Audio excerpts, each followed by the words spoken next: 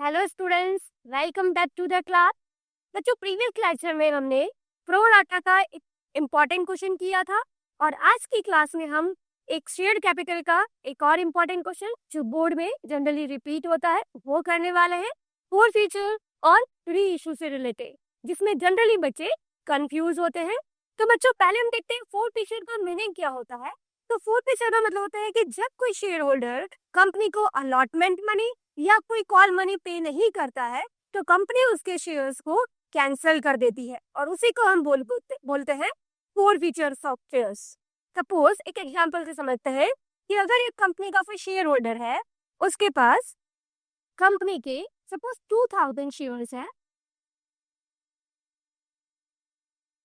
और कंपनी का per share face value है 10 रुपीज। ये 10 रुपीज कंपनी का पर शेयर प्राइस है। कंपनी ने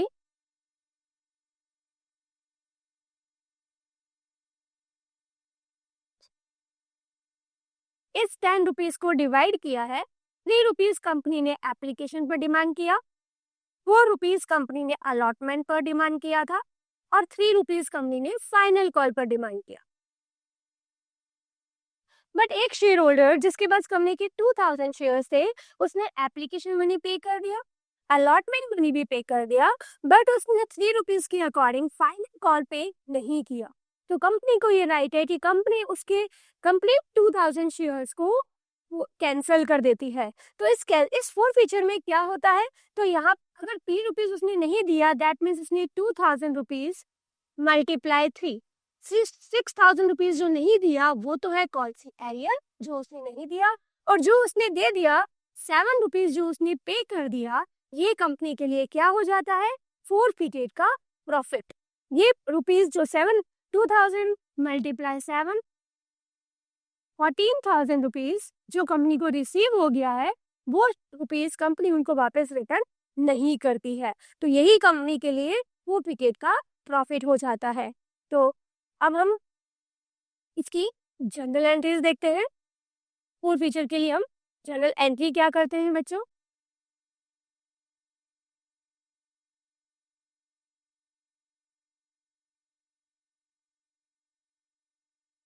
four features of shares. Okay,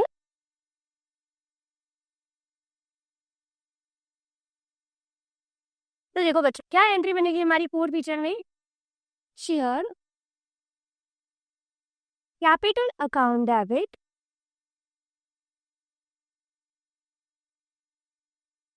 इस शेयर कैपिटल के सामने कौन सी अमाउंट आती है, to called up price, called up price of face value.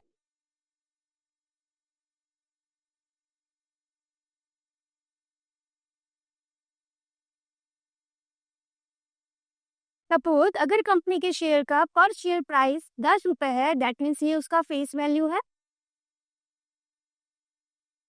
और कंपनी ने इसमें 7 रुपीज डिमांड कर लिया, 3 रुपीज नहीं मांगा, तो दैट मीन्स कंपनी का कॉल शेयर का फेस वैल्यू का कॉल्ड अप प्राइस क्या हो जाएगा, 7 रुपीज।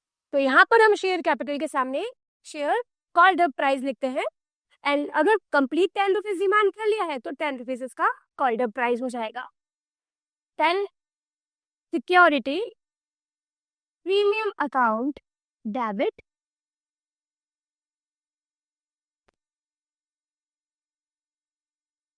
अब इसके सामने कौन सी अमाउंट आती है और ये कब डेबिट होता है, when security premium amount not received.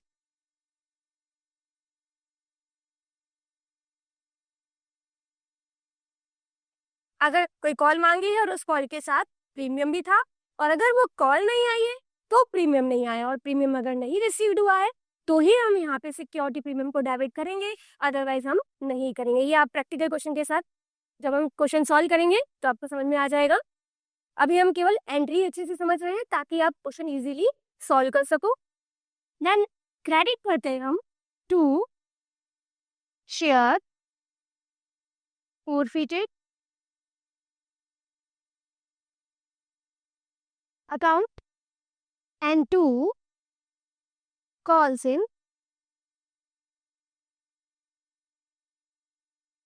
arrear account, और पहले हम लिखते हैं फिर समझते हैं, और 2 share allotment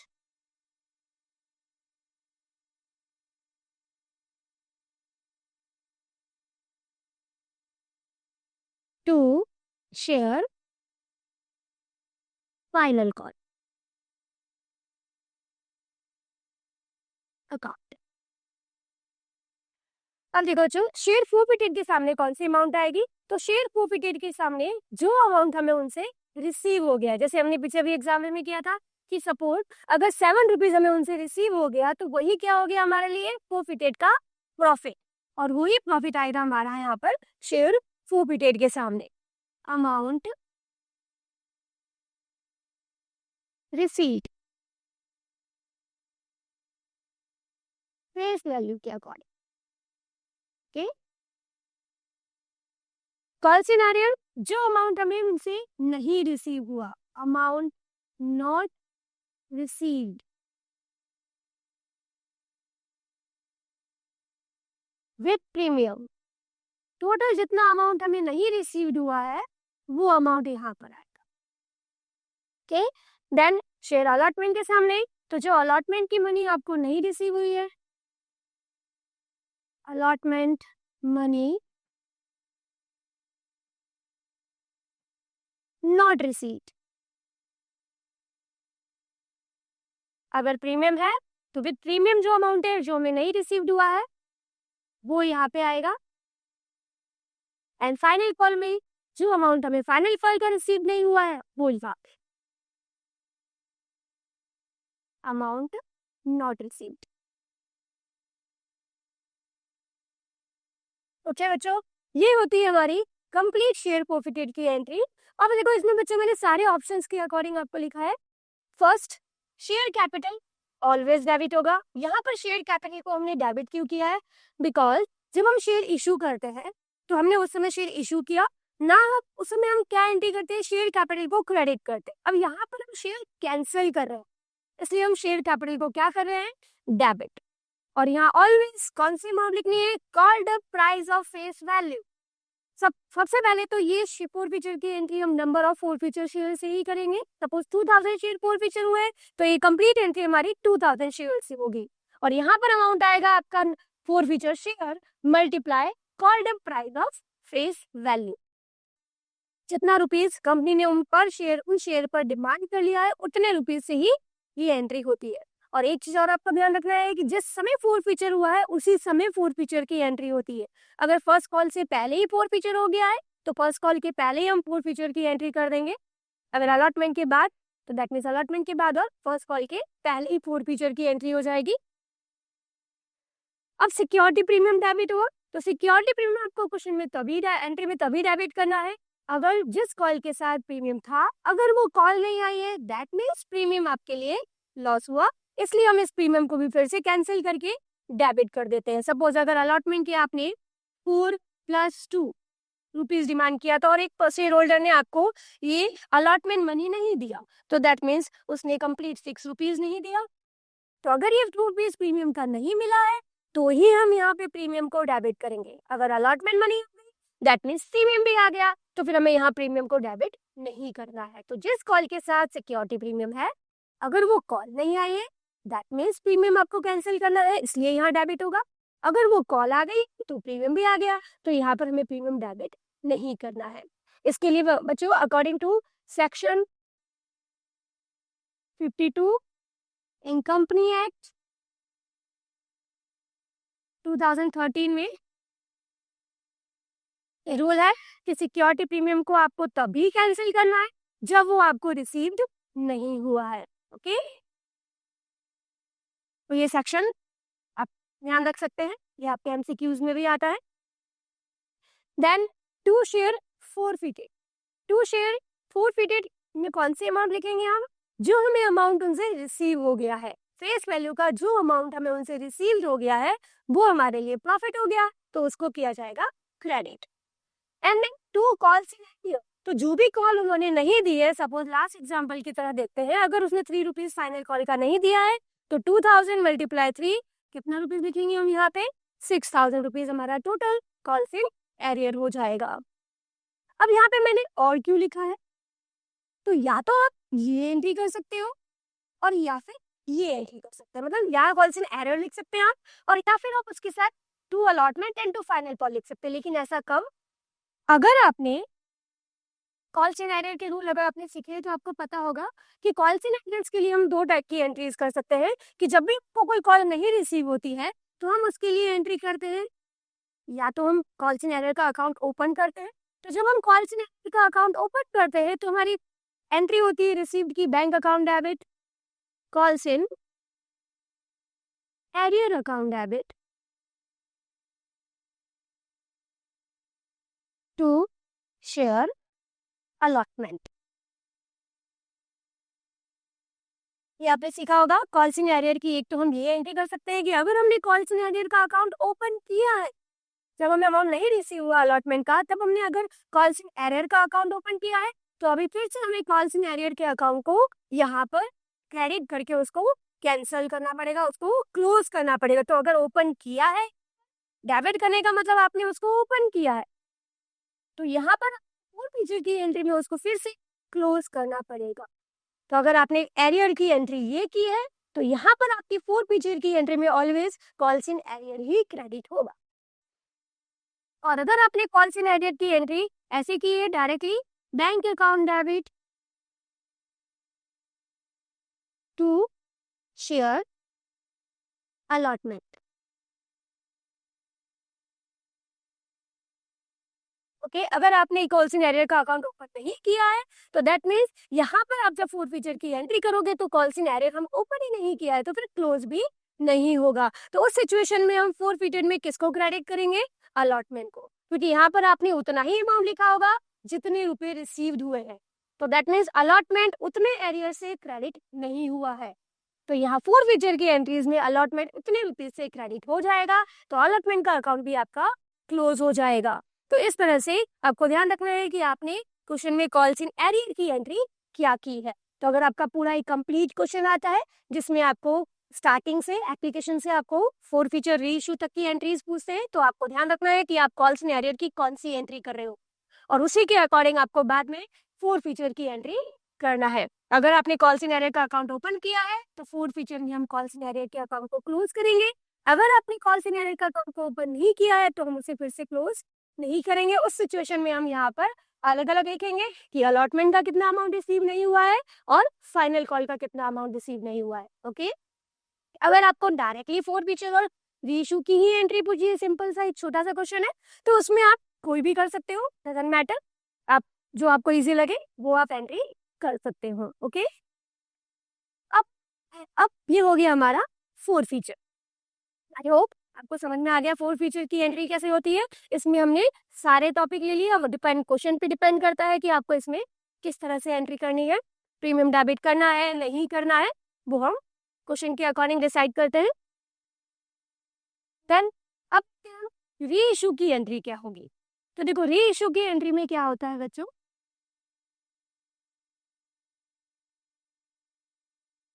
जिन शेयर को 4 फीचर किया था उन्हीं शेयर्स को कंपनी मार्केट में फिर से री इशू कर देती है। तो जब मार्केट में री इशू किया तो री इशू 3 तरह से हो सकता है। Reissue at par, at par का मतलब हुआ कि अगर एक शेयर का पर शेयर प्राइस 10 रुपीज है तो आपने उस 10 वाले को 10 पर ही री इशू किया है। तो अगर आपने 10 को 10 पे री इशू किया है तो आपने एट पार किया है, तो उस सिचुएशन में आपकी री इशू की एंट्री बनेगी bank account debit to share capital.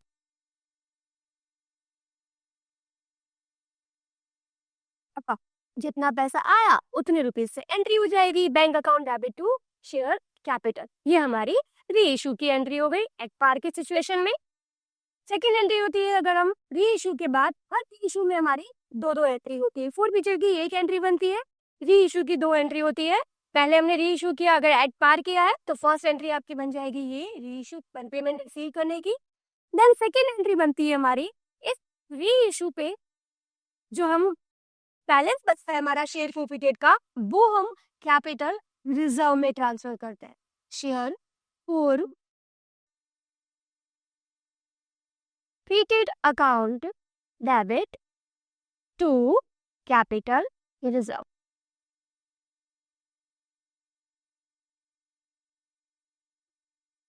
कि बच्चों ये बहुत इंपॉर्टेंट एंट्री होती है और बच्चे इसमें जनरली कंफ्यूज होते हैं कि कौन सा अमाउंट आएगा।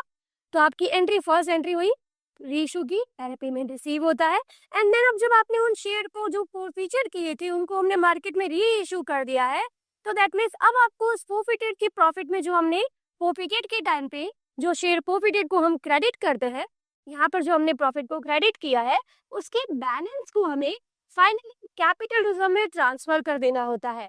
बिकॉज अब आपने फोरफिचर कर लिया और फोरफिचर के बाद उनको री इशू कर दिया, दैट मीन्स वो फोरफिटेड का प्रॉफिट आपको एंड में कैपिटल रिजर्व में ट्रांसफर कर देना है। तो जितना भी कैपिटल का बैलेंस होगा वो यहाँ पर ट्रांसफर हो जाएगा। तो देखो इस सिचुएशन में क्या हुआ बच्चों, 10 रुपीज पर आपने शेयर इशू किया, दैट मीन्स आपको यहाँ पर कोई लॉस नहीं हुआ। तो कंप्लीट जितना फोरफिचर का प्रॉफिट है कंप्लीटली अमाउंट आप यहाँ पर कैपिटल रिजर्व में ट्रांसफर कर दोगे। सेकेंड सिचुएशन आती है एट प्रीमियम। आप कैसे री इशू कर रहे हो, प्रीमियम पर री इशू कर। तो अगर हम प्रीमियम पर री इशू करेंगे तो क्या एंट्री होगी, तो हमारी एंट्री बन जाएगी first entry bank account debit to share capital account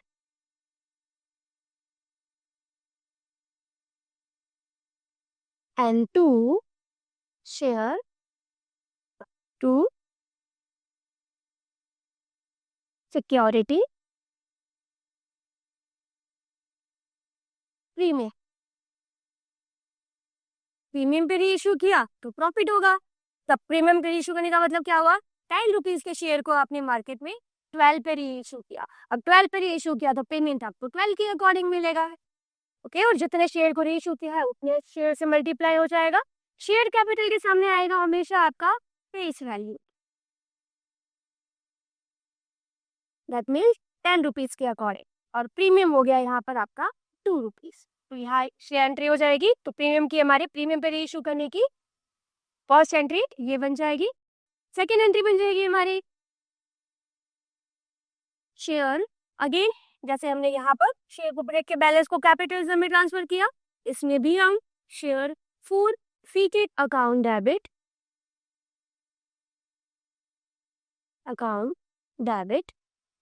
to capital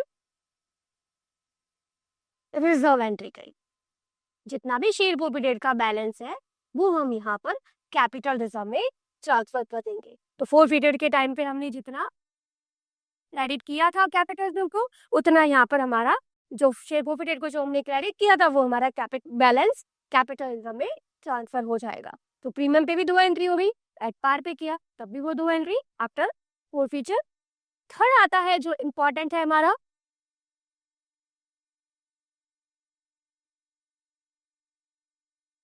री इशू एट डिस्काउंट।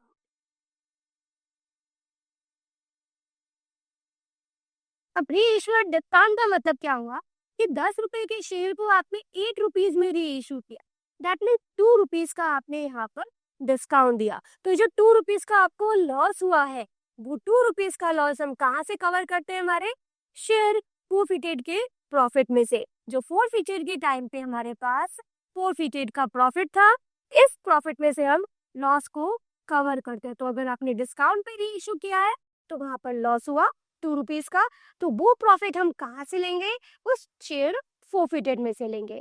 यहाँ पर देखो अगर हमने एट पार किया था तो कोई लॉस नहीं हुआ था, तो हमने कंप्लीट कुछ नहीं किया, कंप्लीट अमाउंट हमारा फोरफिटेड का बैलेंस कैपिटल में ट्रांसफर हो गया। यहाँ पर भी हमने फोरफिटेड का जितना बैलेंस प्रीमियम पे किया, देन अगेन लॉस नहीं हुआ, तो वो भी हम कंप्लीट बैलेंस कैपिटल में ट्रांसफर कर देते हैं। थर्ड, अगर हम डिस्काउंट पे करते हैं तो एंट्री हुई हमारे bank account debit share forfeited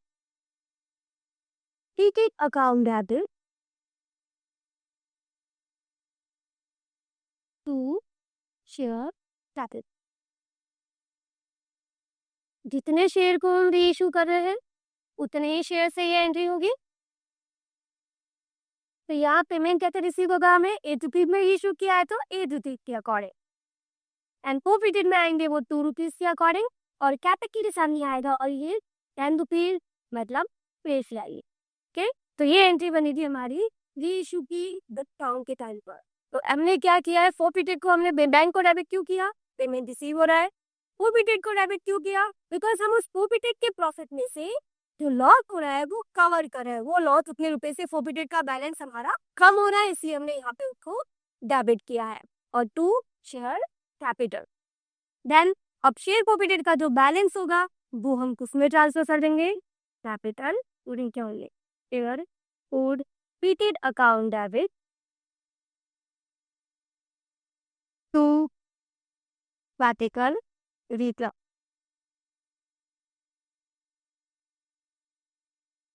account. अब ये कैपिटल रिजर्व का एक फॉर्मूला भी देख लेते हैं हम, कैपिटल रिजर्व की अमाउंट आप कैसे निकाल सकते हो।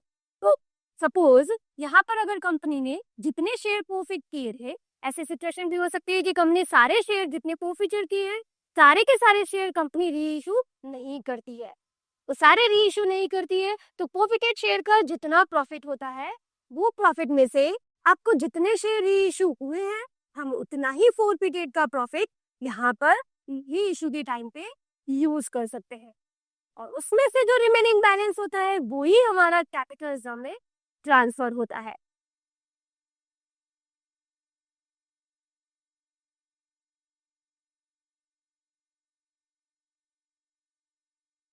कैपिटल रिजर्व की अमाउंट हम कैसे निकाल सकते हैं,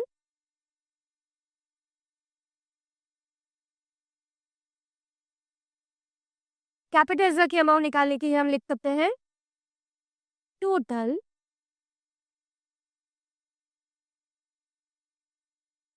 four feature amount, forfeiture में आपको कितना प्रॉफिट हुआ है वो divide by number of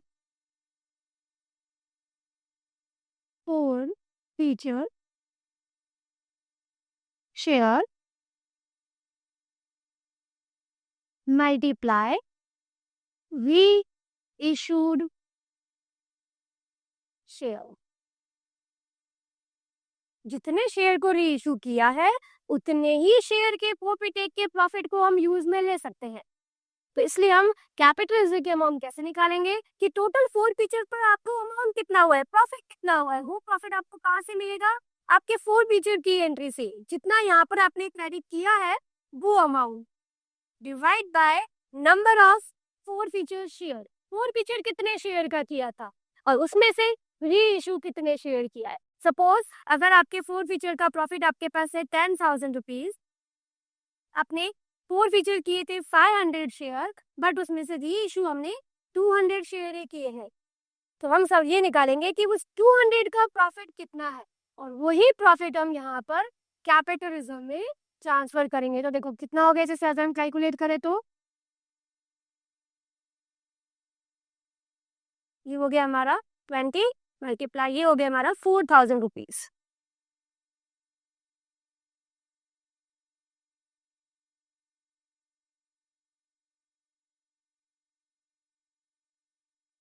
to zero से टू जीरो कट गए, ये हो गया हमारा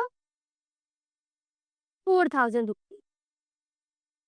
तो 10,000 में से कंपनी ओनली 4,000 यूज कर सकती है। अब वो 4,000 की जरूरत कब पड़ेगी, जब कंपनी ने अगर एक्सपायर किया है तो लॉस नहीं हुआ, तो हमें फॉरफिटेड में से कुछ भी यूज नहीं करना है, तो पूरा के पूरा 4,000 कैपिटल में ट्रांसफर हो जाएगा। सेकंड सिचुएशन, अगर प्रीमियम पर किया है तो भी लॉस नहीं हुआ, तो भी पूरे 4,000 कैपिटल में ट्रांसफर हो जाएंगे। बट अगर थर्ड सिचुएशन जिसमें हमने डिस्काउंट पर ही इशू किया, तो डिस्काउंट पर जितना लॉस हुआ कवर करके जो बैलेंस बचेगा वही हम कैपिटल में ट्रांसफर करेंगे। ओके, तो ये हमारी री इशू और फोर फीचर्स की एंट्री हो गई। अब बच्चों इसमें कभी कभी आपको ये भी लिखा हुआ आता है क्वेश्चन में कि मैक्सिमम परमिसिबल डिस्काउंट जितना है उतना कंपनी डिस्काउंट दे सकती है। मतलब क्लियरली आपको डिस्काउंट का अमाउंट इस तरह से नहीं दिया कि 10 वाले को 8 पे री इशू किया और वहां पर इतना लिख दिया कि कंपनी जितना मैक्सिमम परमिशेबल डिस्काउंट दे सकती है उतना कंपनी ने डिस्काउंट दिया। तो मैक्सिमम परमिशेबल डिस्काउंट क्या होता है?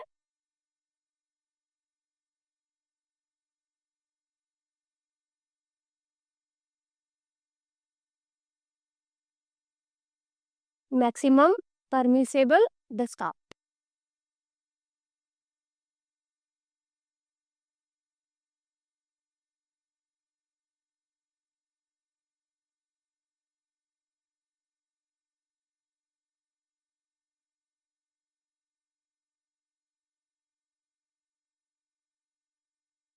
Amount received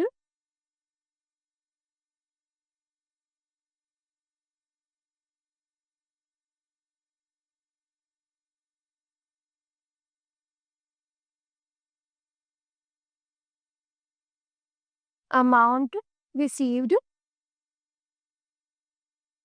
at the time of forfeiture।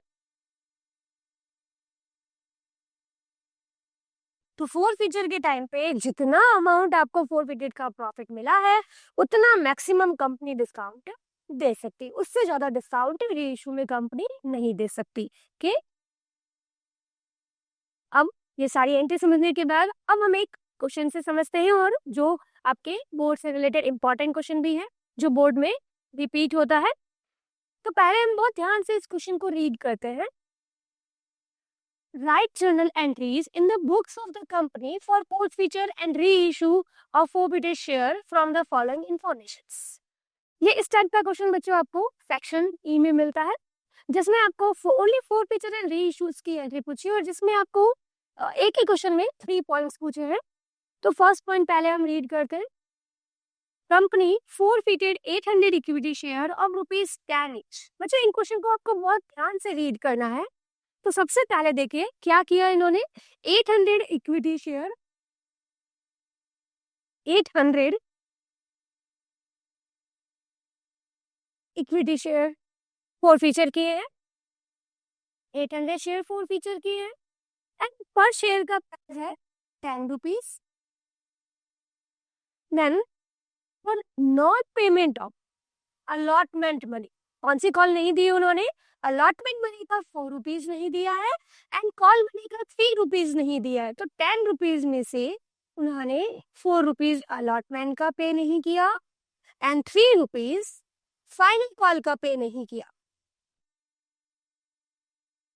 But आप देखिए 7 रुपीज पे नहीं किया, बट 10 से 7 पे नहीं किया, 3 रुपीज पे कर दिया। 3 रुपीज फिर कौन सी कॉल का होगा, देखो यही आगे लिखा है बच्चों। This share holder had paid ₹3 per share with application। Application का 3 रुपीज उन्होंने दे दिया था, बट अलॉटमेंट और फाइनल कॉल के 7 रुपीज नहीं दिए, इसलिए कंपनी ने उनके शेयर को forfeited कर लिया। forfeited share were reissue and then उन्हीं forfeited शेयर को, उन्हीं 800 forfeited शेयर को कंपनी ने 8 रुपीज पर रीइश्यू कर दिया। ये हमारा पॉइंट है फर्स्ट। इसमें हमें ओनली forfeiture एंड रीइश्यू की एंट्री करनी है। तो फर्स्ट 800 शेयर forfeiture हुए 10 रुपीज था और कंपनी ने पूरा 10 रुपीज मांग लिया था, डिमांड कर लिया था। दैट मीन्स 10 ही उनका कॉल्ड अप प्राइस भी है। ओके, 7 रुपीज का पेमेंट नहीं हुआ और 3 रुपीज का पेमेंट हो गया। तो जो पेमेंट हो गया वो हमारा forfeiture का प्रॉफिट हो जाता है। तो अब हम इसकी हमारे प्रॉपर जर्नल के फॉर्मेट में इसकी जर्नल एंट्री करते हैं। तो फर्स्ट एंट्री होगी हमारी forfeiture की और वो एंट्री बनेगी हमारी share capital account debit. Share हमारे पास वापस आए, तो शेयर कैपिटल उतने शेयर उन्होंने कैंसिल कर दिया। तो जब हम इशू करते हैं तो हम शेयर कैपिटल को क्रेडिट करते हैं। नाउ कंपनी ने forfeiture करके शेयर को कैंसिल कर दिया है, तो शेयर कैपिटल अकाउंट डेबिट कितनी अमाउंट आएगी यहाँ पे, तो जो शेयर होते हैं उनका फेस वैल्यू का कॉल्ड अप प्राइस आता है यहाँ पर, और कॉल्ड अप प्राइस पूरा 10 रुपीज था, इसलिए यहाँ कंप्लीट 8000 रुपीज आएगा। Then 2 share forfeited account and 2 calls in area। जो उन्होंने नहीं दिया वो कॉल्स इन एरियर अकाउंट में चला गया। यहाँ में ओनली फॉरफीटर इशू की एंट्री पूछी थी, इसलिए हम कॉल्स इन एरियर भी लिख सकते हैं या अलॉटमेंट या फाइनल कॉल भी लिख सकते हैं। हम कॉल्स इन एरियर लिख रहे हैं। अब देखते हैं फॉरफीटेड के सामने कौन सी अमाउंट आएगी। तो फॉरफीटेड हमारे लिए यहाँ पर प्रॉफिट हुआ जो उनसे मिल गया था, तो उनसे मिले थे हमें 3 रुपीज। तो 800 मल्टीप्लाई 3, यहाँ आ जाएगा आपका 2400 रुपीज। 800 मल्टीप्लाई 3 रुपीज जो उन्होंने दे दिया वो हमारा प्रॉफिट हो गया। और कॉल्स इन एरियर 7 रुपीज के अकॉर्डिंग ये हो गया 5600 रुपीज। ओके, तो ये हमारी फॉरफीचर की एंट्री हुई। नरेशन भी लिख देते हैं, being shares forfeited। Okay, now reissue की एंट्री।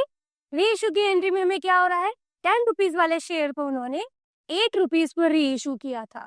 10 वाले शेयर को 8 पे रीइशू किया था, दैट मीन्स 2 रुपीज का उन्होंने डिस्काउंट दिया, डिस्काउंट पर रीइशू किया है। तो पहले रीइशू की हम पैसे रिसीव होने की एंट्री करते हैं, बैंक अकाउंट डेबिट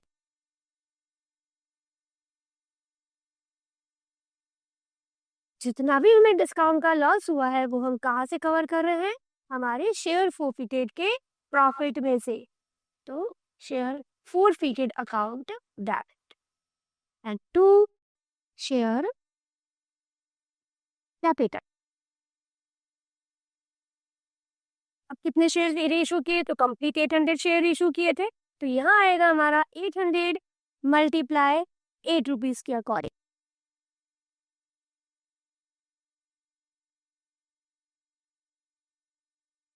1400 रुपीज। इतना अमाउंट हमें उनसे रिसीव होगा। वो विटेड कितने किए, 2 रुपीज के का डिस्काउंट दिया था, तो 2 रुपीज का हमें लॉस हुआ, वो हम हमारे शेयर फोरफिटेड में से कवर कर रहे हैं। तो 800 multiply two 1600 rupees and capital के सामने face value that means 10 rupees, 8000 rupees. Okay, तो ये हो गई हमारी अमाउंट रिसीव की एंट्री। नरेशन हो जाएगा, being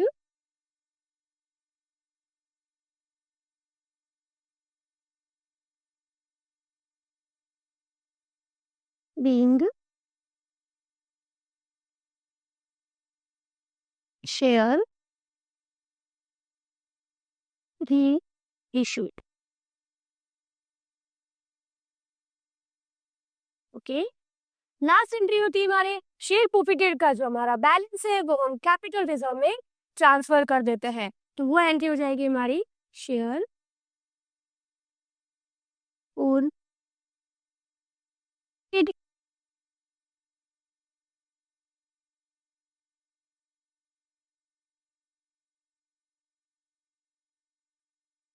account debit to capital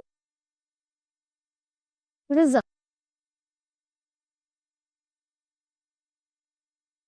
अब फोरफिटेड में कितना बैलेंस आएगा, तो कितना था हमारे यहाँ पर बैलेंस था 2400 रुपीज। 2400 की फोरफिटेड का प्रॉफिट था, उसमें से हमने कितना यूज कर लिया डिस्काउंट पर, 1600 रुपीज यूज कर लिया। तो यहाँ पर अमाउंट आएगा आपका 2400 में से हम 1600 माइनस कर देंगे, तो ये होगा 800 रुपीज। जो 800 रुपीज रिमेनिंग बैलेंस है फोरफिटेड का, वो हमारा कैपिटल रिजर्व में ट्रांसफर हो जाएगा। यहाँ पर हमने कंप्लीट अमाउंट में से क्यों माइनस किया है, बिकॉज 800 ही फोरफिचर हुए थे एंड 800 को ही री इशू कर दिया, तो हम पूरा फोरफिटेड का शेयर का प्रॉफिट यूज कर सकते थे, उसमें से 1600 यूज हुआ एंड रिमेनिंग बैलेंस हमारा कैपिटल रिजर्व में ट्रांसफर हो जाएगा। तो वो हो गया 800 रुपीज के। नरेशन हो जाएगा, बीइंग शेयर फोरफिटेड बैलेंस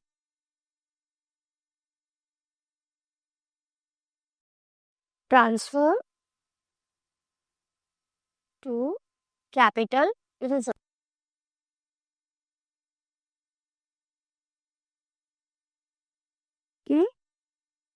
ये हमारी जनरल एंट्रीज हो गई। फर्स्ट एंट्री फोर फीचर की एंड दो एंट्री हमारी री इशू की, आपका फर्स्ट पॉइंट। नाउ अब आते हैं हम हमारे सेकंड पॉइंट पर। सेकंड पॉइंट है आपका RK company limited forfeited 600 equity share. Now इसमें आपके 600 शेयर का फोरफिटेड हुआ है।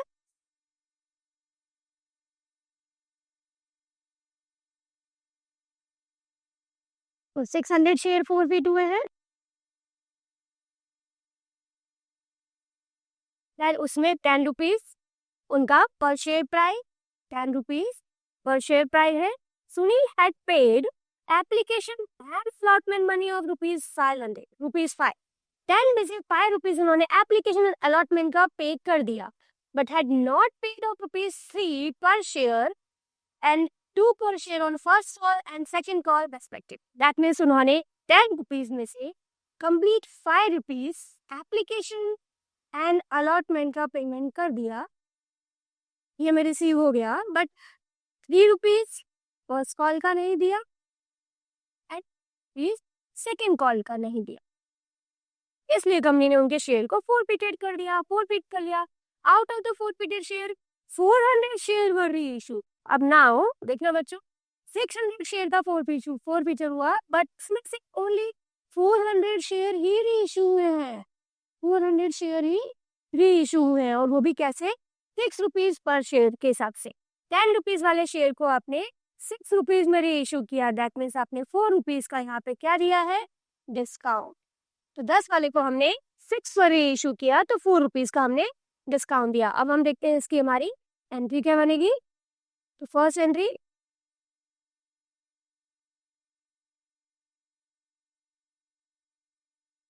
सेकेंड पॉइंट हमारा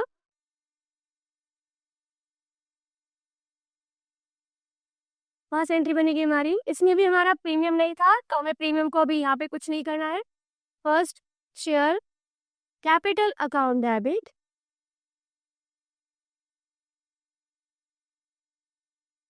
to share forfeited account and 2 calls in Ariel account के अमाउंट देख लेते हैं। तो यहाँ पर कितने शेयर का फोरफिचर किया था, 600 शेयर का, और पर शेयर कॉल्ड अप प्राइस भी यहाँ पे कंप्लीट 10 रुपीज डिमांड कर लिया था कंपनी ने। देखो कंपनी ने पूरा 5 एप्लीकेशन अलॉटमेंट पर एंड 5 रुपीज उन्होंने फर्स्ट एंड सेकंड कॉल पर कंप्लीट 10 रुपीज डिमांड कर लिए थे, दैट मीन्स पूरा कंप्लीट 10 रुपीज उनका कॉल्ड अप प्राइस हो गया। तो यहाँ आ जाएगा हमारा 600 मल्टीप्लाई 10, 6000 रुपीज। जो उन्होंने दे दिया वो फोरफिटेड, जो नहीं दिया वो कॉल इन एरिया। तो 600 में से उन्होंने 600 का 5 रुपीज पे कर दिया था, और 5 रुपीज ये पे कर दिया था, और ये पे नहीं किया, दोनों अमाउंट ही 5 रुपीज ही था। 3 rupees final first call and 2 rupees final call, that means 3000 rupees उनसे मिल गया, और 3000 रुपीज ही उनका कॉल से एडेड हो गया। ओके, फर्स्ट पॉइंट में आपको नरेशन बता दिया था, इसलिए अब मैं नरेशन नहीं लिख रही हूँ। नाउ री इशू की entry, bank account debit, again discount ही है, तो दैट मीन्स शेयर प्रॉफिटेड में से लेंगे हम bank share phone account debit to share capital.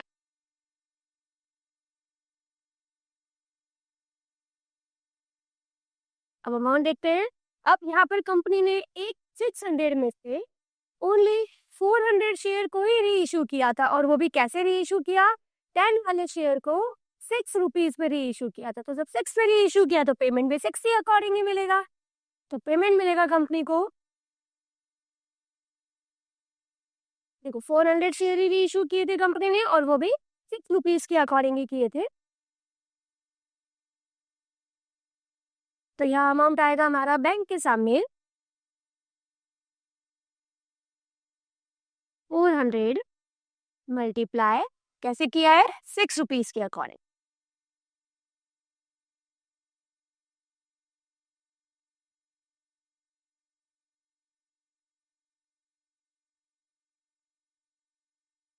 ये हो जाएगा 2400 रुपीज रिसीव होगा। डिस्काउंट कितना हुआ, 4 रुपीज के अकॉर्डिंग, तो ये हो गया 1600 रुपीज। एंड टोटल यहाँ पर शेयर कैपिटल है सामने, face value 10 rupees, 4000 rupees. Okay, ये हमारी रीइशू की एंट्री। फोर फीचर की एंट्री उतने शेयर से जितने फोर फीचर हुए हैं शेयर, और रीइशू जितना शेयर हमने रीइशू किया है उतने से ये एंट्री होगी। तो ये हमारी सारी 400 शेयर से हुई। नाउ फोर फीचर शेयर का जो रिमेनिंग बैलेंस होगा वो हमारा कैपिटल रिजर्व में ट्रांसफर हो जाएगा। Share forfeited account debit to capital reserve. अब इसके लिए बच्चों मैंने आपको फॉर्मूला समझाया दी, हमने पहले एक्सप्लेन इसीलिए अच्छे से की सारी एंट्रीज ताकि आप खुद से ये क्वेश्चन कर सको। तो share forfeited account debit to capital reserve. अब इसमें फोर फीचर में कितनी अमाउंट जाएगी, जब हम कंप्लीट शेयर को फोर रीइशू कर देते हैं तब तो हम डायरेक्टली, जैसे हमने लास्ट एग्जांपल में किया कि इसमें लास्ट पॉइंट में किया था कि कंप्लीट 2400 में से हमने 1600 माइनस कर दिया और हमारा फोर फीटेड कैपिटल रिजर्व का अमाउंट आ गया। बट यहाँ पर हम क्या कर रहे हैं, यहाँ हम कंप्लीट शेयर रीइशू नहीं कर रहे हैं, तो हम ये निकालेंगे कैपिटल रिजर्व की अमाउंट। कैसे आएगी, तो क्या करना है आपको, इसका फॉर्मूला क्या हुआ, शेयर फोरफिटेड का प्रॉफिट कितना है हमारा, शेयर फोरफिटेड का profit 3000 rupees divide by number of forfeiture share. Number of forfeiture share कितने थे, 600, और उसमें से हमने रीइशू कितने किए हैं, 400 शेयर। यही फॉर्मूला आपको बताया था, share forfeited amount divide by number of forfeiture share multiply reissue share. तो ये कितना हो गया हमारा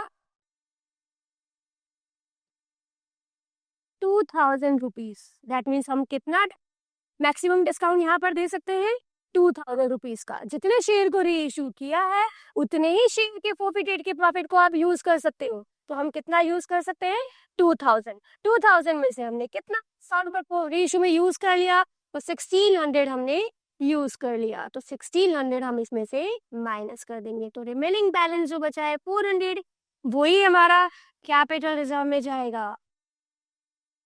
इस अमाउंट में बच्चे बहुत कंफ्यूज होते हैं, तो बस बच्चों ये फॉर्मूला याद कर लो, आपको इजीली समझ में आ जाएगा। Share forfeited amount divide by number of share, number of forfeiture share multiply reissue share. तो वो हमारा फोरफिटेड का प्रॉफिट हुआ जितना हम मैक्सिमम डिस्काउंट यहाँ पर दे सकते थे, और हमने यहाँ पर 1600 का डिस्काउंट दिया अकॉर्डिंग टू 400 शेयर। तो दैट मीन्स जो उसका रिमेनिंग बैलेंस है वो हमारा कैपिटल रिजर्व में ट्रांसफर हो जाएगा। ओके, ये हमारी सेकेंड पॉइंट्स की एंट्री हो गई। अब हम आते हैं हमारे पॉइंट पे। अब देखो बच्चा थर्ड पॉइंट क्या है, a share holder holding 3000 equity share of ₹10।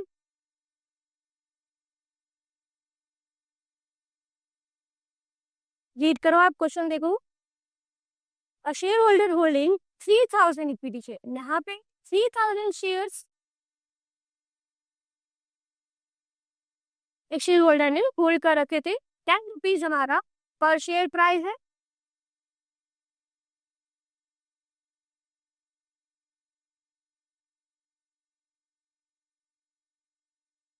पे क्या किया है, had paid application money at ₹13 पर शेयर इंक्लूडिंग प्रीमियम 10 रुपीज। अब यहाँ पर इन 3000 शेयर पर शेयर होल्डर्स ने क्या दिया है, तो एप्लीकेशन मनी पर दिया है उन्होंने 13 रुपीज। अब ये 13 कैसे, तो ये 13 हमारा उसमें 10 रुपीज प्रीमियम का इंक्लूड है, मतलब 3 + 10, 3 + 10, तो 3 रुपीज फेस वैल्यू का, 10 रुपीज प्रीमियम, ये उन्होंने पे कर दिया। एंड अलॉटमेंट मनी का कितना दिया है, तो अगेन एट ₹13 पर शेयर इंक्लूडिंग प्रीमियम 10, इसमें भी 13 रुपीज दिया और इसमें भी प्रीमियम सेम 10 रुपीज इंक्लूड था, तो 3 + 30, तो दैट मीन्स एप्लीकेशन का 3 रुपीज एंड अलॉटमेंट का 3 रुपीज, ये उन्होंने पे कर दिया। His share were forfeited for non-payment of call of 4 rupees per share ये 4 रुपीज पर शेयर का पेमेंट नहीं करने के कारण हमने उनके शेयर को 4 फीचर कर लिया। तो देखो 10 रुपीज में से उन्होंने 3 रुपीज एप्लीकेशन का दे दिया, 3 रुपीज अलॉटमेंट का दे दिया। जो नहीं दिया वो क्या नहीं दिया, 4 रुपीज नहीं दिए हमें फाइनल कॉल के। ओके, तो दैट मीन्स अगेन यहाँ पर भी आपकी call the price complete 10 rupees है, उसमें से 6 रुपीज तो दे दिया और 4 रुपीज नहीं दिया, इसलिए कंपनी ने 4 फीचर कर लिया। अब ये हमारा प्रीमियम वाला पॉइंट है।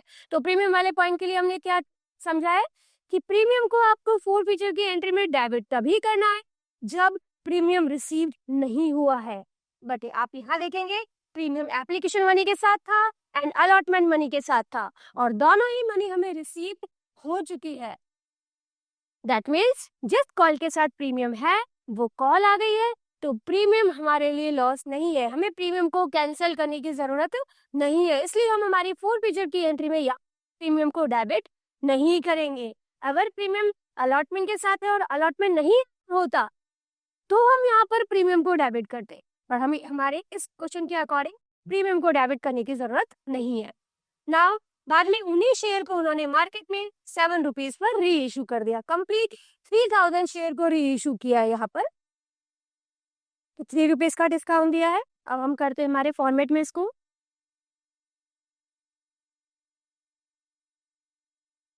और एंट्री हमारी शेयर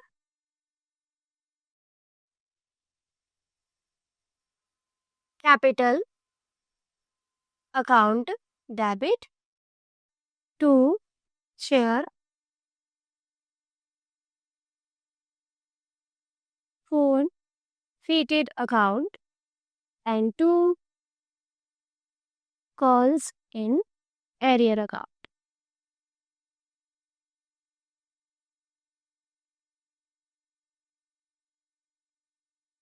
Okay, यही एंट्री बनेगी हमारी। अब कितने शेयर्स थे, तो 3000 शेयर थे। Company complete call the price कितना था, 10 रुपीज, तो यहाँ 30,000 हो जाएगा। उसमें से उन्होंने क्या दे दिया था, तो 3 रुपीज एप्लीकेशन का दे दिया, 3 रुपीज अलॉटमेंट का दे दिया। दैट मीन्स जो दे दिया यहाँ फोरफिटेड शेयर के सामने ऑलवेज फेस वैल्यू के अकॉर्डिंग जो अमाउंट हमें रिसीव्ड हुआ है वो आता। तो 3000 शेयर पर उन्होंने हमें 6 रुपीज दे दिया। दैट मीन्स 18,000 रुपीज हमें उनसे मिल गया, और जो नहीं मिला वो फाइनल कॉल का कितना था, 4 रुपीज के अकॉर्डिंग। तो 3000 मल्टीप्लाई 4, 12,000 रुपीज, ये हो गया कॉल सेल एरियर। ओके, ये हो गई हमारी 4 फीचर की entry. Now reissue bank account debit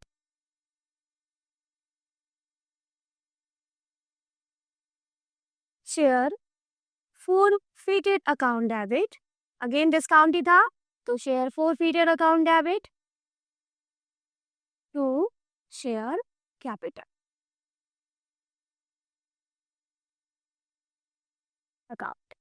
अब कंप्लीट 3000 शेयर को फ्री इशू किया था, और री इशू कैसे किया है, 7 रुपीज के अकॉर्डिंग। देखिए 7 रुपीज के अकॉर्डिंग री इशू किया है कंपनी ने।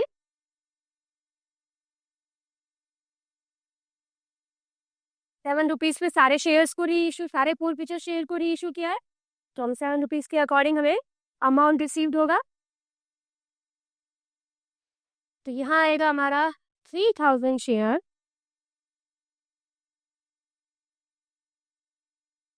मल्टीप्लाई 7, तो ये हो गया हमारा 21,000 रुपीज।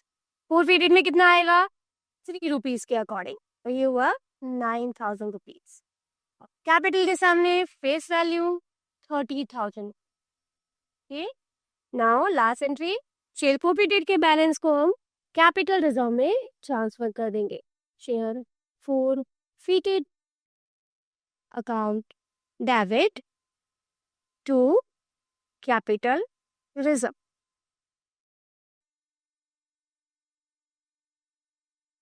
अब कितना आएगा इसमें, तो कंप्लीट शेयर इशू हो गए थे, तो कंप्लीट प्रॉफिट को हम यूज कर सकते थे, तो 18 में से कितना यूज हुआ, 9,000 यूज हुआ, तो जो रिमेनिंग 9,000 है वो हमारा कैपिटल रिजर्व में ट्रांसफर हो जाएगा। जितने 4 फीचर हुए हैं, अगर कंप्लीट शेयर इशू हो गए तब तो कोई प्रॉब्लम नहीं, आप डायरेक्टली माइनस करके डिफरेंस कैपिटल रिजर्व में ट्रांसफर कर सकते हो। बट फोरफिटर शेयर्स में से सारे शेयर अगर ये इशू नहीं हुए तो हमें वो फॉर्मूला अप्लाई करना है और फिर हमें रिमेनिंग उसी में से रिमेनिंग अमाउंट फिर देन कैपिटल में ट्रांसफर करनी है। ओके बच्चों, आई होप आपको ये पूरा एग्जाम्पल अच्छे से समझ में आया होगा। आप इसकी और कोई भी डाउट्स है तो आप कमेंट बॉक्स में पूछ सकते हैं। मिलते हैं और इम्पोर्टेंट क्वेश्चन के साथ अपनी नेक्स्ट क्लास में। Till then bye, thank you.